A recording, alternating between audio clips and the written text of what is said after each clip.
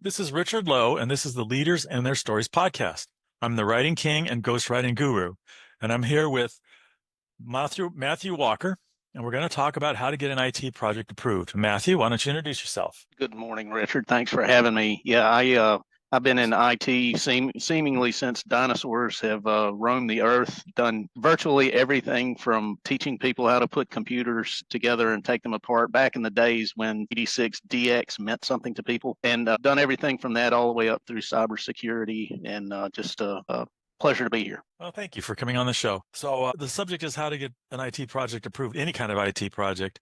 I know I've had trouble with that in the past. I was the IT director at Trader Joe's for 20 years. Getting IT is considered a cost center by most companies, and getting things approved can be a nightmare because, hey, that's an expense. That's something, especially considered a big expense. And the IT department was also looked on as being somehow subhuman. And it always made it interesting. And of course, we didn't talk the language. So that was on us. So we were talking bits and bytes and they were talking ROI in business terms. And we really never burst through that barrier. What have you found? Yeah, so you kind of hit on one of the major topics there. We did this to ourselves over not just a couple of years, but many decades. We kind of assigned this othering to technology in the IT and cyber realms, that you had to be a super genius to do this stuff. When I mentioned the term cyber to people, they immediately have this image of this hooded guy sitting in a darkened room, and there's matrix screens behind him, and with a couple of keystrokes he's hacked past the firewall. And we did that to ourselves, and kind of elevated in our own minds, hey, we're the stupid user syndrome. SNL had a skit about it for years. I can't remember the guy's name, but he was the IT guy, and he would come in, move, and then he would fix their problems. It's our fault. And you can't fix a problem that's been created over decades in a matter of a few hours. It takes time to fix that. Yeah, I remember a time when I was in, my boss and I went into my boss's boss room, and we were fully prepped. We had flip charts, we had all the data you wanted about. We were trying to build a new disaster site. We went in there, presented it to the CEO, and the CEO listened to me for all of 3 minutes, and then he said, leave. And I said, what? And he said, you're speaking gibberish to me, and threw me out of the room. And that's when I learned he wanted business speak, not all the things that we use, like, okay, how long does it take to recover and all that kind of stuff. He didn't care. And then he turned to my boss and he said, why are you even doing this? Get out of here. So my boss even got reamed for putting a project of many millions of dollars in front of his boss without any preparation. So it was cold. And even my boss failed at the business speak. So it was interesting lesson. Yeah. I had a fairly similar story with a little bit of a twist on it. I was at Kennedy Space Center, and we were doing a presentation about the current state of security to the CIO there, who I eventually became really good friends with. But so he's sitting at the head of the big table, and it's exactly how you're picturing it in your mind. And I'm up in the front with the big screen with the laser pointer and going through things. And Right. he like raised his hand. I'm like, yes, sir, Henry. What can I do for you? And he says, hey, so I'm looking up there, and I don't notice any red. Everything is either green, teal, or blue. And I'm like, yes, sir. It's because I know you don't like red. And he really, that made him laugh, and he kind of understood what I was talking about. So that then later, when we got to the bad stuff, it's like we prepared him for the bad stuff. It was like, see, it's not so bad. It's just blue. Interesting concept there. Interesting concept. Yeah. Now I've learned, I'm learning marketing, and it's what's in it for them is the important thing.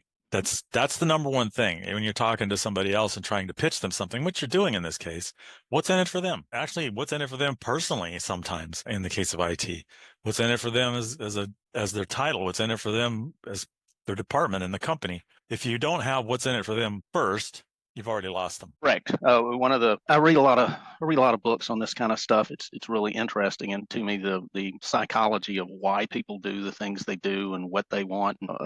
I was reading this one book, and the guy said, I could take a picture of you and one other person. Then I could take a picture of you with your high school graduation group at your 25th, 30th reunion. whatever. And then I could take a picture of you at a Bon Jovi concert, and I can put all three pictures in front of you. And you know what you're going to look at?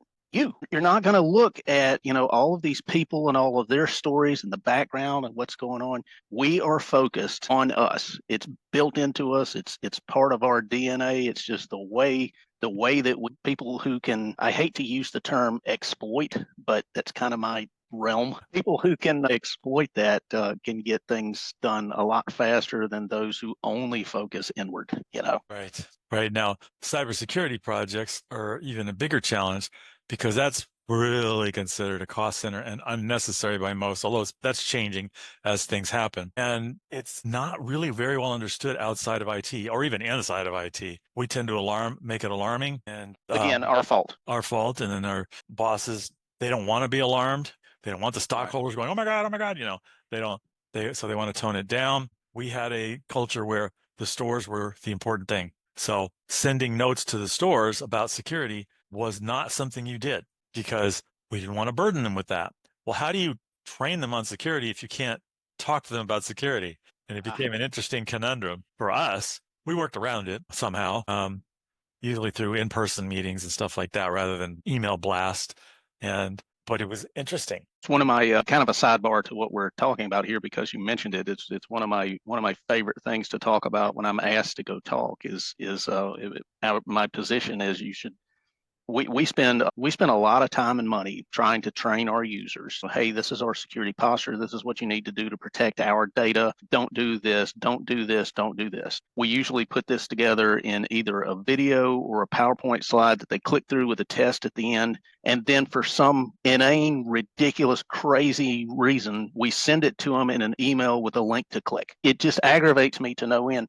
But in all of that, and think back to what we just talked about over the last couple of minutes, everything I just said was ours, our stuff. We don't. We spend all of our training talking about our data, our protection, our safety. Right. We never once mentioning the user. I think in my opinion, I think we would be better served by radically changing the user training environment to more of a making security personal. If I teach Bob how to protect himself and his family and mom and what to do if something happens at his house, Bob will protect my data because he's used to it. It's part of who Bob is. That's where our focus needs to be. There's a whole train of stuff on that we don't need to get into. But because you mentioned it, it's really kind of a passionate plea of mine is get away from talking about our stuff and start talking about Bob, and you'll be better off. Right. I just had to go through one of those security training courses from one of the training companies that it was an hour long if you were fast, which I am because I am a cybersecurity person. And it goes through all these games that they put together, and I was just going through and saying, these things are ridiculously stupid. They fulfill the letter of the law or the rule that, these users have been through this, but I don't see very many users, if any, getting anything from it that lasts. They're just stupid. I don't know what else you could do.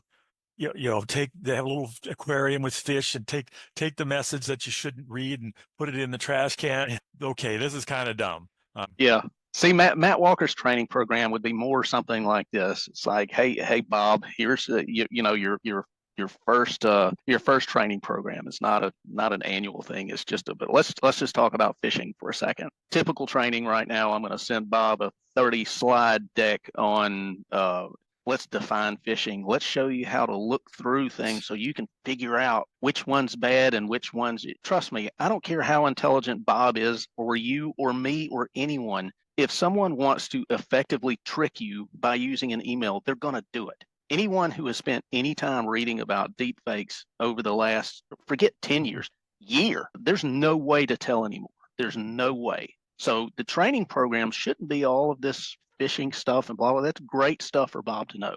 What you need to tell Bob is don't click links. That'll protect you, Bob. When you're at home and you're looking through email, don't click links. And you're protected from a whole bunch of stuff. By the way, don't do that at work either. Yep. I would modify that slightly. Don't click links unless it's something you just asked for. Like I go to my account and I say, okay, I want my report. you get an email right after that. Although that screwed me once over because I had just sent a package from UPS, and 2 minutes later, an email comes in that said it's here. It was a scam email. It was just coincidence. I clicked Right. it, of course, and I got all kinds of software that protected me, and I didn't. It's fine. I actually think we've got it reversed. The user's never going to do this 100% right. Why don't we make computers good enough to not have this problem? Yeah. So I have a slight philosophical difference in that, because I don't believe you can fully secure either side of that equation. I Of just course, don't. The of only course. really secured system is one that's turned off, poured into a vat of concrete, and buried under 50,000 pounds of lava. And then in Stuxnet, the Iranians proved even air gapping doesn't protect you. Remember that? Exactly. So my perspective over I had a job at Kennedy Space Center. We were working a desktop support contract. And one of the things that we did was we would monitor these little screens, and it would pop up and tell us when a system started beaconing. One of the many, many, many symptoms that something had gotten on the system that it didn't want to. But if it was beaconing to specific areas, we would want to go take a look at that system. And this was in the days where you actually had to go get it. You couldn't just centrally, and I cannot tell you the number of times that I would go to somebody's office, intelligent people, some of the smartest people in the world, people trained in security, they know how to use their systems and all of it. And I would show up to pick up their system, and they would say, "Didn't you guys install antivirus on here? I should have been protected." So the total reliance on a system or a tool to protect you is worse, in my opinion, than having none of that. Because if you think you have security, you don't. If you think you have security, you're more likely to take risk that you otherwise would not do. People with a security contingent around them don't care about offending their waiter. True. It's true. And then you've got emails like CEO, what's it called? Whale, the spear phishing, and the one that's targeted. And they don't have links in there typically. They will say things like, well, I'm the CEO and I just approved this $1 million transfer, and have a voicemail or something that's the CEO's voice that says, do this. And that doesn't have a link. It has something that seems real, a deep fake, maybe even a video of the CEO saying, can you ship this over there? And I've seen companies lose millions and millions of dollars because who's going to say no to the CEO? Are you familiar with the Hong Kong thing that I, happened a couple of years ago? I think so, yeah. Yeah, so it's real quick because it's apropos to what we're talking about. Quick story. So I use Bob a lot in my allegory. So Bob goes to work. He works in the finance department of this business. He works every day with the CFO and all of these people in finance. He sees them every single day. He walks into their offices, shakes their hands, knows them. So it's late on a Friday. It was on a Friday. It's late on a Friday. He gets a message pop up. Hey, can you join this call?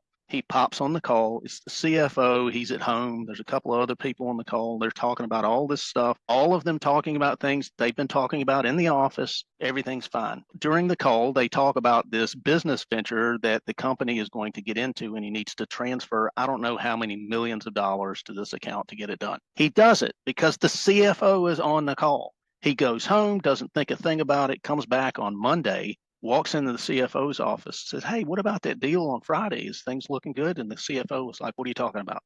The entire thing was completely deep faked. I bring that story up because it goes back to what I was talking about in making security personal. IT leaders really, in this age of AI, if it's changed anything, we radically need to change the way we interact with the folks that work for and with us. I would not want Bob to transfer anything to anyone without seeing my face and saying, "Hey, I should be okay as the CFO for somebody to walk into my office, say, "Hey, I just want to make sure, is this real?" Right. Right. Or some kind of counter signature or something that's not over that same communication or something to make sure that it's okay.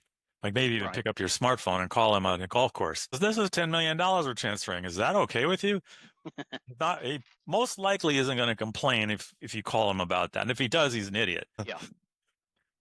Interesting stuff. Yeah, and of course AI is changing things on both sides, and the Ukraine war is changing a lot of things because it's causing a lot of things to very rapidly grow and change, evolve. That's the word I wanted. Where, I mean, they're making 1 million drones a year now, Ukraine, Yeah. out of plywood Right. and used parts that are having an effect. I mean, what? Yeah. It wouldn't surprise me if somewhere in a darkened bunker in the Ukraine, somebody has a computer up with a Copilot on it, How do I wage war against U.S.? Yes, yes. And how do I cybersecurity? Yeah, I'm sure that they're hitting with every cyber weapon they got. Yes. And Russia's not known for having real good security on their stuff. Yeah, and Hezbollah certainly didn't have good security. That was a Yeah. brilliant move. Yeah. Well, let's not get into that, but that was just wow. I was going to say that's a different podcast that we can definitely get into if you would like to. We Yeah, probably that need would more than an hour. be fun. That would be interesting. I just watched a video on it. It's like, whoa, masterstroke, Right.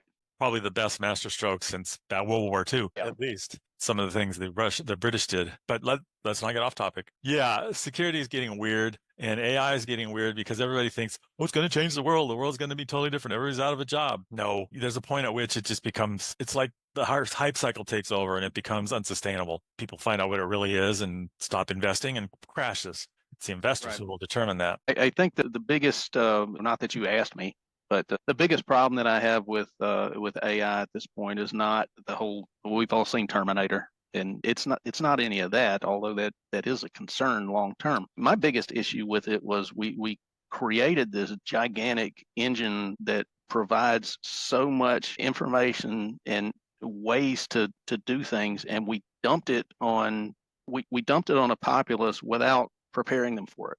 We just made it available. Here it is.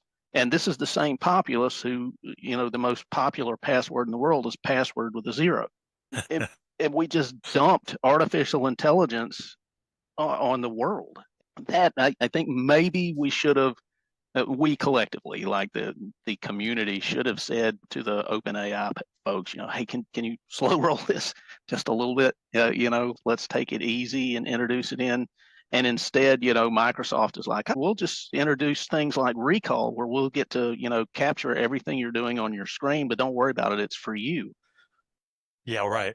Yeah, let's slow down just a tad. Glad they took that. I'm glad they took that back. Don't do Yes, that. they took it back. Yeah, yeah. Shades of China right there, and they're social engineering, but they're serious social engineering. But that's another podcast. Yeah, again, I'm loading you up, Richard. I'm giving you gold here for future podcasts.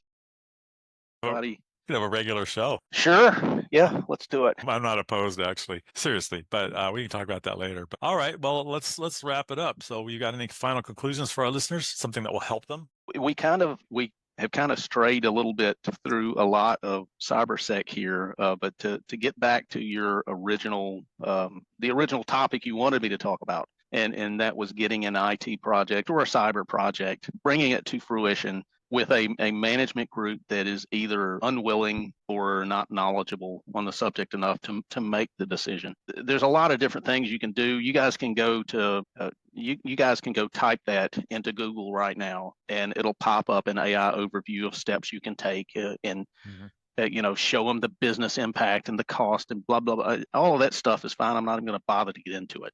What my advice or my what I kind of see in it is the pitch for something like that doesn't start at the pitch. It starts way before that. There's an old saying that trust is built in raindrops and lost in buckets. Raindrops take a long time to fill up that bucket. So you need to start way in advance and build up that rapport with the management group and those who are in positions above you so that they know they can trust you. That way, when something happens and you come to them, that element of trust, I'm not saying that just automatically says, yeah, Matt, go spend $5 million. Don't worry about it.